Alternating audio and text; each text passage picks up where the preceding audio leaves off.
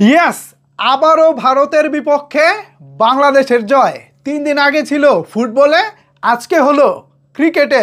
ভাইরে ভাই, আজকের খেলাটা মোটেও সহজ ছিল না। সুপার ওভারে ভারত মাত্র বাংলাদেশকে 1 রানের টার্গেট দিয়েছিল। আর এই 1 রানের টার্গেটে ব্যাট করতে নেমে ইয়াসির আলী তিনি ছক্কা মেরে দলকে জিতাবেন বলে টার্গেট করেছিলেন। ছক্কা মারতেও গেলেন, কিন্তু ভাই ক্যাচ দিয়ে মাঠের বাইরে চলে গেলেন। ভাবা যায়? ভাবা যায়?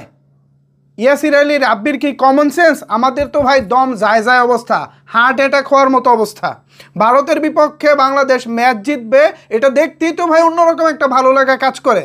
কিন্তু ইয়াসির আলী রাব্বি, আপনি তো ভাই একটা সিঙ্গেল নিয়ে দলকে জিতাতে পারেন, মাত্র 1 রানের টার্গেট, 6 বলে 1 রান দরকার, এটা কি করলেন আপনি? আর আকবর আলী ভাই, আপনি যে ভুলগুলো করেছেন প্রথম ইনিংসের লাস্ট ওভারে, আপনি যে ভুলগুলো করেছেন, আপনার ভারতের প্রয়োজন পড়ে 4 রান, সেখানে আপনি সিঙ্গেলে তারা 2 রান নিয়েছে, তাও তো তাদের 2 রান লাগে জিততে। বাট আপনি চাইলে বলটা হাতে রেখে পরে আপনি স্টাম্পটা ভাঙতে পারতেন, কিন্তু আপনি বলটা থ্রু করে দিয়ে দলকে আরও বিপদে ফেলে দিলেন। এরপর হয়ে গেল এটা সুপার ওভার।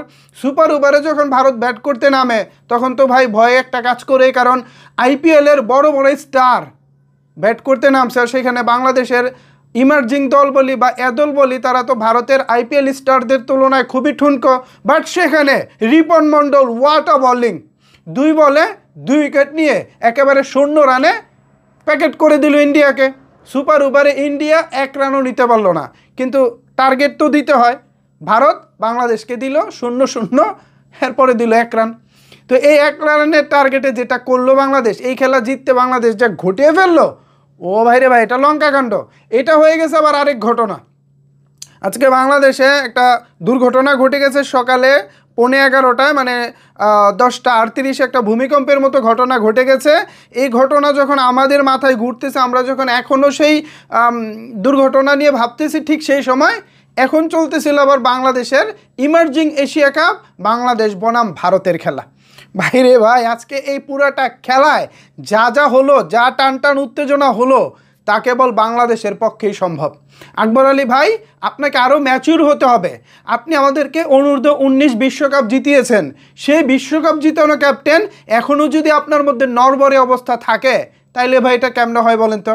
বিশ্বকাপ তো আপনি জিতে নিছেন 4 থেকে 5 বছর হয়, অনূর্ধ্ব-19 বিশ্বকাপ 4 থেকে 5 বছর হয় আপনি জিতেছেন।